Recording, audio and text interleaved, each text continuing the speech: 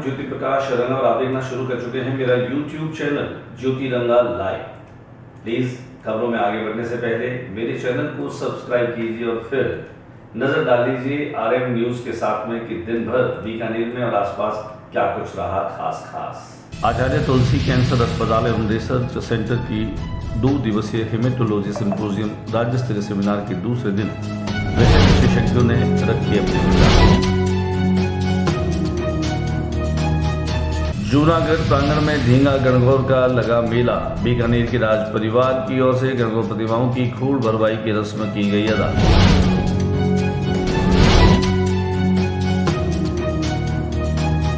2 दिन पहले भाजपा से निष्कासित हुए पुलिस ने गिरफ्तार करके भेजा जेल।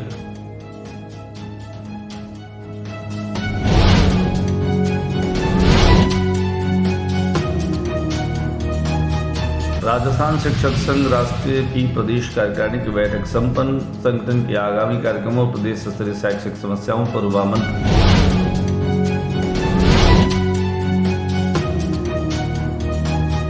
अगले 2 दिनों में बीकानेर में धूल भरी आंधी की चेतावनी।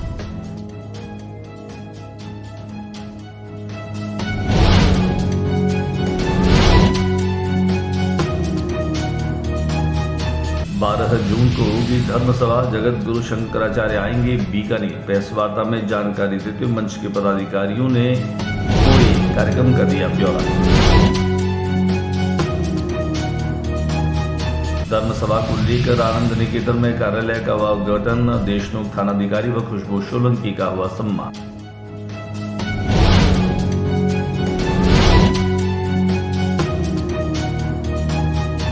चोरों ने व्यास कॉलोनी के मकान पर ताले तोड़कर लाखों रुपए का सामान किया साफ।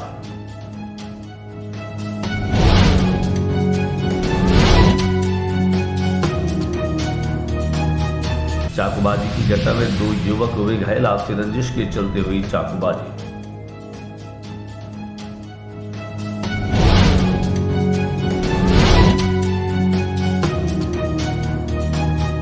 भारतीय जनता मजदूर ट्रेड यूनियन शहर जिला बीकानेर व भारतीय जनता मजदूर ट्रेड यूनियन की महिला शहर जिला कार्यकारिणी का हुआ गठन।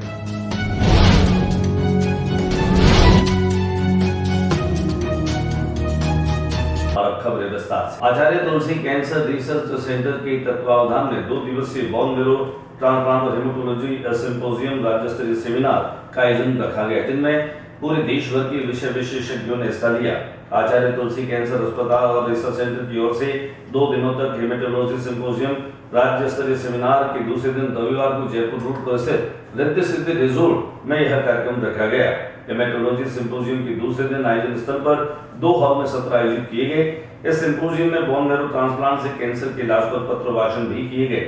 गुजरात से विशेष तौर पर बुलाए गए bone marrow transplant specialist doctor Sandeep Sahu ने विद्यार्थियों और रेजिडेंट डॉक्टर्स को ट्रांसप्लांट के बारे में बरती जाने वाली सावधानियों की जानकारी दी। उन्होंने बताया कि बोन मैरो ट्रांसप्लांट थेरेपी बहुत ही कारगर है। इसके सेहत से कैंसर का इलाज संभव है। डॉक्टर साहू ने कहा कि बोन मैरो ट्रांसप्लांट थेरेपी के आगे कार्डिक थेरेपी और जीन थेरेपी आ गई है। उन्होंने कहा हालांकि अभी इनसे इलाज करवाना बहुत महंगा साबित हो रहा है। उन्होंने ये भी कहा कि इसके इलाज करवाने में हालांकि विदेशों में करोड़ों रुपए खर्च हो रहा है, लेकिन आने वाले समय में यह इलाज सस्ता हो जाएगा और हम यहाँ भारत में भी इसको उपलब्ध करवा सकेंगे। सिंपोजियम के आयोजन सचिव डॉक्टर पंकज टांटिया ने कहा कि पहले दिन सरदार पटेल मेडिकल कॉलेज भी कॉन्फ्रेंस का आयोजन हुआ। Blood bank, pathology, transfusion medicine, pedia workshop में कुल 125 डॉक्टर्स ने प्रशिक्षण प्राप्त कर bone marrow transplant, stem cell connection, blood disorder सहित अनेक नवीन जानकारियां प्राप्त की। हमने यहाँ पर आयोजन सचिव डॉक्टर पंकज टांटिया से की विशेष बातचीत। स्टेम सेल से इलाज 100% तक संभव है सर। हमने ऐसे केस, माइलोमा, लिम्फोमा के ऐसे केस अभी ठीक किए हैं जिनके लिए जवाब देने के अलावा कोई दूसरा उपाय नहीं था।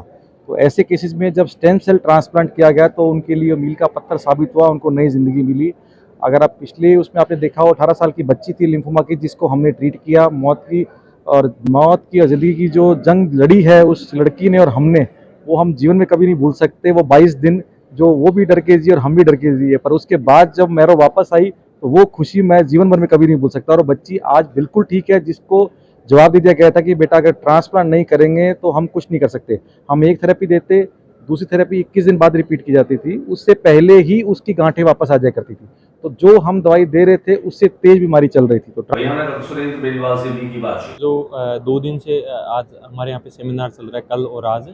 ये आचार्य तुलसी कैंसर हॉस्पिटल और एसपी मेडिकल कॉलेज, इसमें दोनों ने मिलके जो सेमिनार किया है, इसमें पहले दिन हम लोगों ने पैथोलॉजी विभाग जो हमारा होता है डायग्नोसिस का और ब्लड बैंक, इनके लिए हमने वर्कशॉप की थी। उस वर्कशॉप में जो रेजिडेंट डॉक्टर्स हैं और जो हमारे यहाँ डॉक्टर्स हैं उनको बाहर गए हैं, वो आए हुए हैं। इसके अलावा दिल्ली से डॉक्टर राहुल भार्गव और जयपुर से डॉक्टर विष्णु शर्मा और डॉक्टर प्रकाश, डॉक्टर उपेंद्र शर्मा और बहुत से जो बाहर से लोग आए हुए हैं, वो अपने अपने एक्सपर्ट ओपिनियन और अपने जिस फील्ड में एक्सपर्ट हैं उन सब के बारे में, जो हमारे यहाँ पे जो रेजिडेंट डॉक्टर्स हैं, जो नए डॉक्टर्स हैं, प्लस जो पेरीफेरी से में फिजिशियंस बहुत सालों से काम कर रहे हैं, उन लोगों को उन्होंने जो ब्लड के विभिन्न रोग हैं उनके बारे में बताया है।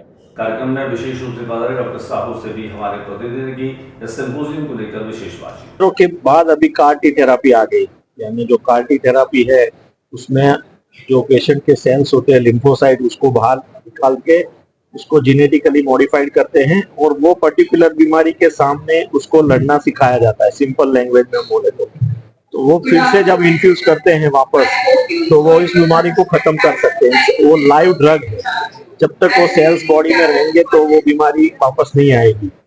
तो नेक्स्ट अभी सारा जो रिसर्च चल रहा है वो कार टी थेरापी पे चल रहा है, जो अभी सिर्फ लिम्फोमा और एक्यूट लिम्फोब्लास्टिक ल्यूकीमिया के लिए है, लेकिन फ्यूचर में बाकी सारी कैंसर्स के लिए भी कार टी थेरापी आएगी।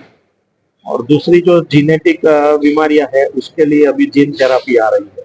तो थैलेसीमिया के लिए जीन थेरापी आ गई, हीमोफीलिया के लिए आ गई, सिकल सेल एनीमिया के लिए भी जीन थेरापी आ गई, लेकिन आज उसकी कॉस्ट करोड़ों में, अभी इंडिया तक पहुंची नहीं है, लेकिन कुछ सालों में इंडिया तक जीन थेरापी भी पहुंच जाएगी। बीकानेर में राजस्थान का जो गणगौर का मेला होता है वह अपने आप में काफी अनूठा होता है। इन दिनों बीकानेर की तमाम मोहल्लों में और घरों में आपको दींगा गवर पूजती हुई दिखाई देगी, क्योंकि अब दींगा गवर को हालांकि पूजन करते हुए विदा कर दिया है।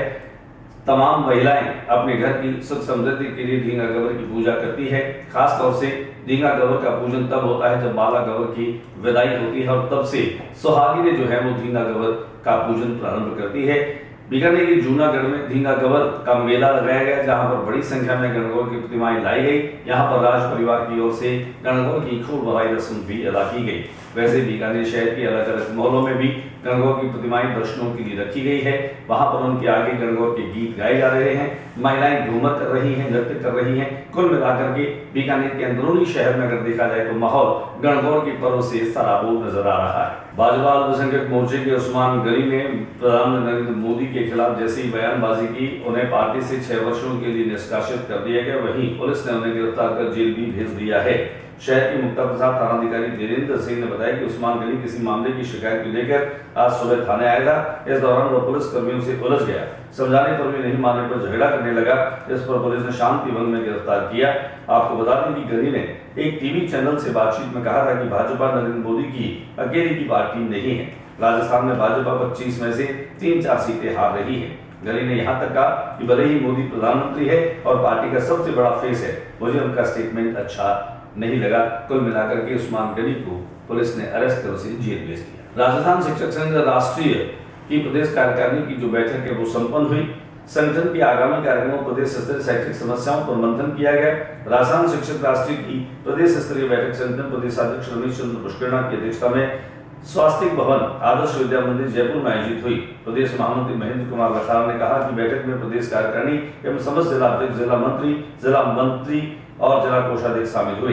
बैठक में संगठन से जुड़े कई महत्वपूर्ण मुद्दों पर विमर्श भी हुआ। मौसम विभाग की माने तो आगामी 2 दिनों में बीकानेर में धूल भरी आंधियां चल सकती है। हालांकि आज भी दिन भर धूप और बादलों के बीच में आवाजाही रही, लेकिन आगामी 2 दिनों में धूल भरी आंधियों की भविष्यवाणी मौसम विभाग ने की है, क्योंकि वार्मिंग ग्लोबल के चलते मौसम का मिजाज भी बनता बिगड़ता जा रहा है। बीकानेर में रविवार को आसमान में बादल आते जाते रहे। अगले 2 दिनों में तेज हवा या आंधी चलने की संभावना मौसम विभाग ने व्यक्त की है। गंगानगर हनुमानगढ़ को छोड़कर आसमान पूरी तरह से साफ है। तापमान में उतार चढ़ाव देखने को मिल सकता है। 12 जून को बीकानेर में, जिसे छोटी काशी नगरी कहते हैं, हम धर्म सभा का आयोजन किया जा रहा है। शंकराचार्य अभिमुक्तेश्वर आनंद बीकानेर में आकर के धर्म सभा में अपनी प्रवचन भी देंगे, जिसे लेकर के आज एक पत्रकार वार्ता का आयोजन आनंद भवन में रखा गया, जहां पर धर्म सभा को लेकर के तैयारियां और पूरे कार्यक्रम की जानकारी पत्रकारों को दी गई।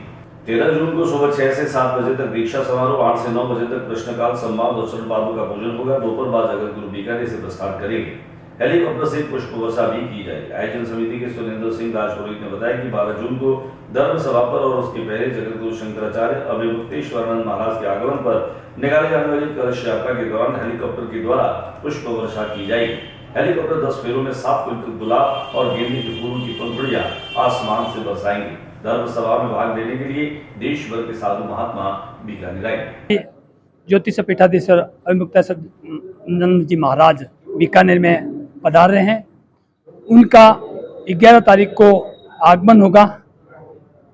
स्वागत रेलवे स्टेशन सनातन धर्मावलंबियों को आमंत्रित किया जा रहा है और 13 तारीख को पादुका पूजन भी होगा। 4 स्थानों पर पादुका पूजन, शंकराचार्य पीठ का पादुका पूजन महाराज जी के उपस्थिति में होगा और पूरे बीकानेर शहर में जिस दिन 12 तारीख को धर्म सभा होगी, बीकानेर शहर और कथा स्थल पर 5 राउंड से हेलीकॉप्टर। धर्म सभा को लेकर के आनंद निकेतन में जहां एक और पत्रकार वार्ता का आयोजन किया गया, वहीं दूसरी ओर देशमुख की थानाधिकारी खुशबू सोलंकी का सम्मान भी किया गया।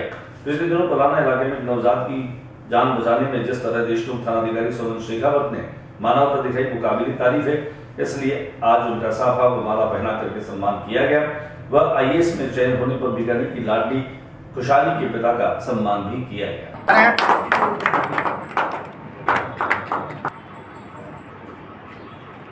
चोर चोरी से बाज नहीं आ रहे, पुलिस दाल है और चोर पात। जयनगर व्यास कॉलोनी थाना क्षेत्र में और कॉलोनी में चोरों ने एक सूने मकान में हाथ साफ किया। लोकसभा चुनाव के बीत जाने के बाद जहां पुलिस सुरक्षा व्यवस्था के नाम पर व्यस्त होने की बात कर रही है, वहीं दूसरी ओर चोरों ने इसका फायदा उठाकर ताबड़तोड़ चोरियां की है। ताजा मामला शहर के जयनगर व्यास कॉलोनी का है। इलाके में जहां को सूने मकान में चोरी की गई वारदात सामने आई है, जिनमें चोर घर के ताले तोड़कर लाखों रुपए का सामान चुरा कर ले गए। वहीं JN फर्स्ट डी में अनिल कुमार जोशी के मकान में यह चोरी हुई। पुलिस मौके पर आसपास की CCTV फुटेज खंगाल रही है। गौर करने वाली बात तो ये है कि पिछले 26 दिनों में जिले में 33 बाइक चोरी हुई है और घर, दुकान, गोदाम सहित अन्य चोरी के 22 मामले दर्ज हो चुके हैं। पुलिस के आंकड़ों पर गौर करें तो अब तक 125 से अधिक चोरी की वारदातें सामने आ चुकी है।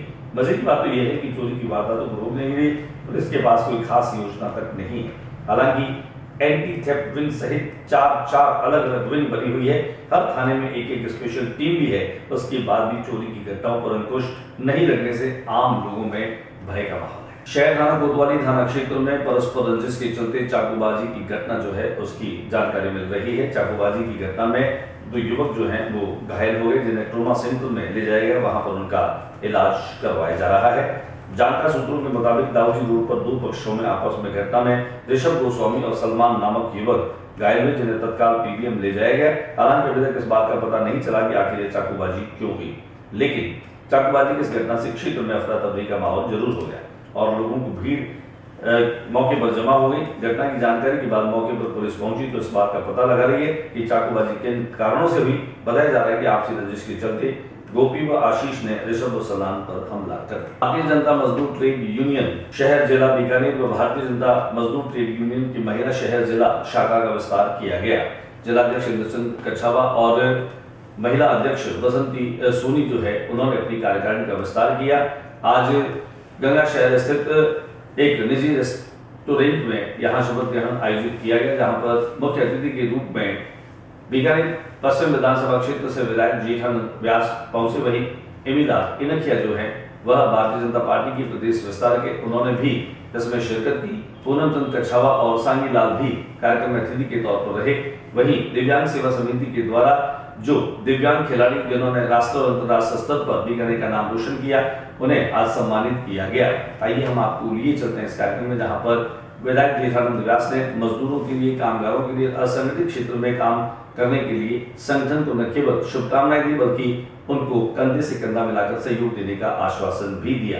दिखाते इस कार्यक्रम की तस्वीर। आज के बुलेटिन में बस इतना ही। अगले बुलेटिन में नई गतिविधियों के साथ इस समय इसी चैनल पर फिर मुलाकात होगी। न्यूज रूम से ज्योति रंगा को इजाजत दीजिए, लेकिन जाने से पहले और नए वीडियो देखने के लिए मेरे YouTube चैनल जिसका नाम है ज्योति रंगा लाइव, YouTube पर जाकर के ज्योति रंगा लाइव टाइप करिए, उसको सब्सक्राइब कीजिए, इसको शेयर कीजिए और कैसा लगता है हमारा वीडियो, हमारी न्यूज, इस पर अपने कमेंट्स और प्रतिक्रियाएं जरूर दीजिए। इजाजत दीजिए ज्योति रंगा को। नमस्कार।